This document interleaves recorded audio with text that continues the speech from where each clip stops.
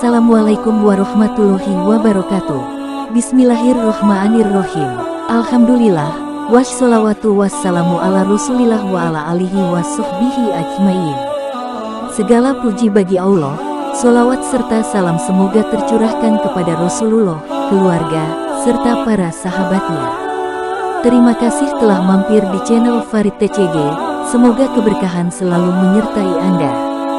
Sebelum lanjut, alangkah baiknya, klik subscribe dan aktifkan tombol loncengnya, agar Anda tidak ketinggalan update video terbaru dari kami.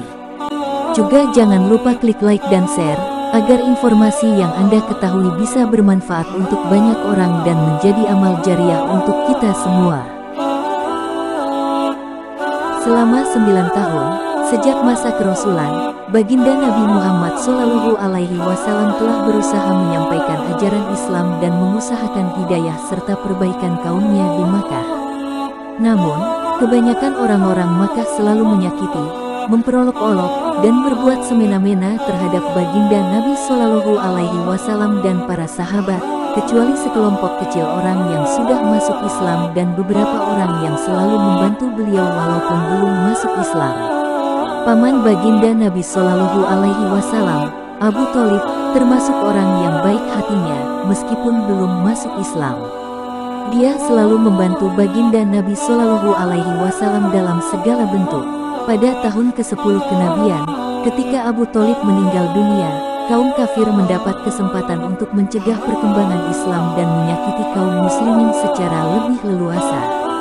Baginda Rasulullah SAW pun pergi ke Taif yang didiami kabilah Sakif yang berjumlah besar, dengan harapan apabila kabilah tersebut masuk Islam, kaum muslimin akan terbebas dari berbagai penderitaan dan Taif akan menjadi pondasi penyebaran agama.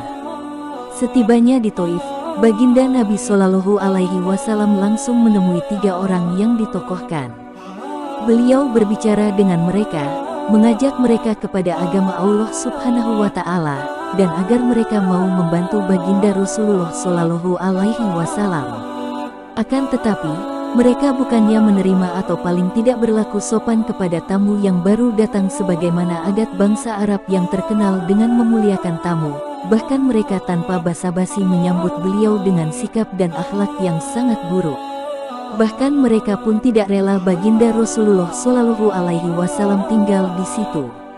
Padahal, orang yang dianggap sebagai tokoh seharusnya berbicara dengan sopan dan berakhlak yang mulia.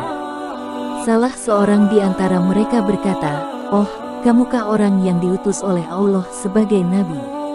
Yang kedua berkata, "Apakah Allah tidak menemukan selain kamu untuk diutus sebagai rasul?" Yang ketiga berkata, "Aku tidak mau bicara dengan kamu. Sebab, jika kamu memang seorang nabi seperti pengakuanmu, lalu aku menolakmu, tentu aku tidak lepas dari musibah. Jika kamu pembohong, maka aku tidak mau bicara dengan pembohong."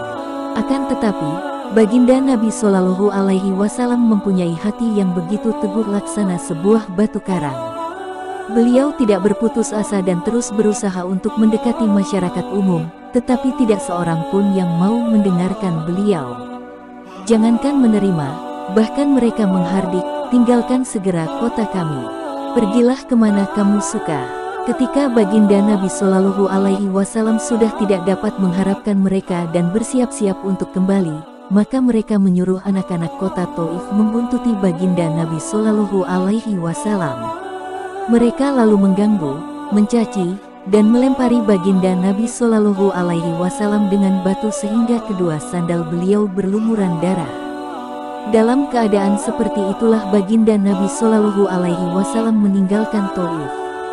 Di tengah perjalanan, tatkala sudah merasa aman dari gangguan anak-anak nakal itu, beliau berdoa kepada Allah Subhanahu wa Ta'ala, اللهم إليك أشكو ضعف قوتي وقلة حيلتي وهواني على الناس يا أرحم الراحمين أنت رب المستضعفين وأنت ربي إلى من تكلني إلى بعيد يتجهمني أم إلى عدو ملكته أمري إن لم يكن بك علي غضب فلا أبالي ولكن عافيتك هي أوسع لي أعوذ بنور وجهك الذي أشرقت له الظلمات وصلح عليه أمر الدنيا والآخرة من أن ينزل بي غضبك أو يحل علي سخطك لك العتبى حتى ترضى ولا حول ولا قوة إلا بك. Ya Allah, Aku adukan kepadamu lemahnya kekuatanku, habisnya upayaku, dan kehinaanku dalam pandangan manusia. Wahai yang maha penyayang melebihi sekalian penyayang, Engkaulah Tuhan orang-orang yang tertindas. Dan Engkaulah Tuhanku. Kepada siapakah Engkau serahkan diriku? Kepada orang asing yang akan memandangku dengan muka masam atau kepada musuh yang Engkau kuasakan kepadanya segala urusanku? Tiada keberatan bagiku, asalkan Engkau tidak murka kepadaku. Perlindunganmu sudah cukup bagiku. Aku berlindung kepadamu dengan nur Zat-Mu yang menyinari segala kegelapan, dan dengannya menjadi baik segala urusan dunia dan akhirat. Aku berlindung dari turunnya kemarahan-Mu kepadaku atau kemurkaan-Mu kepadaku.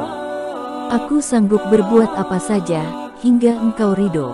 Tiada daya dan upaya melainkan dengan-Mu. Allah Subhanahu wa Ta'ala penguasa seluruh alam pun memperlihatkan keperkasaannya dan mengutus malaikat Jibril alaihi salam untuk datang memberi salam kepada beliau dan berkata, Allah Subhanahu wa Ta'ala mendengar ucapanmu dan jawaban kaummu, dan dia mengutus kepadamu malaikat penjaga gunung agar siap melaksanakan apapun perintahmu kepadanya. Malaikat penjaga gunung itu pun datang dan memberi salam kepada baginda Nabi Shallallahu Alaihi Wasallam seraya berkata, apapun yang engkau perintahkan akan kulaksanakan. Bila engkau sukai, akan kubenturkan gunung-gunung yang ada di sekitar kota ini sehingga siapa saja yang tinggal di antaranya akan hancur binasa. Atau apapun hukuman yang engkau inginkan. Baginda Rasulullah Shallallahu Alaihi Wasallam yang bersifat penyayang dan mulia ini menjawab, aku hanya berharap kepada Allah Subhanahu wa Ta'ala, seandainya saat ini mereka tidak menerima Islam, semoga kelak di antara keturunan mereka akan lahir orang-orang yang menyembah dan beribadah kepada Allah Subhanahu wa Ta'ala. Demikianlah akhlak baginda Nabi Shallallahu Alaihi Wasallam yang mulia. Kita mengaku sebagai pengikutnya, namun ketika sedikit kesulitan atau celaan menimpa kita langsung marah, bahkan menuntut balas seumur hidup. Kezaliman dibalas dengan kezaliman, sambil kita terus mengaku sebagai umat baginda Nabi Shallallahu Alaihi Wasallam. Meskipun mengalami penderitaan dan kesusahan yang berat, baginda Nabi Shallallahu Alaihi Wasallam tidak berdoa buruk dan tidak menuntut balas.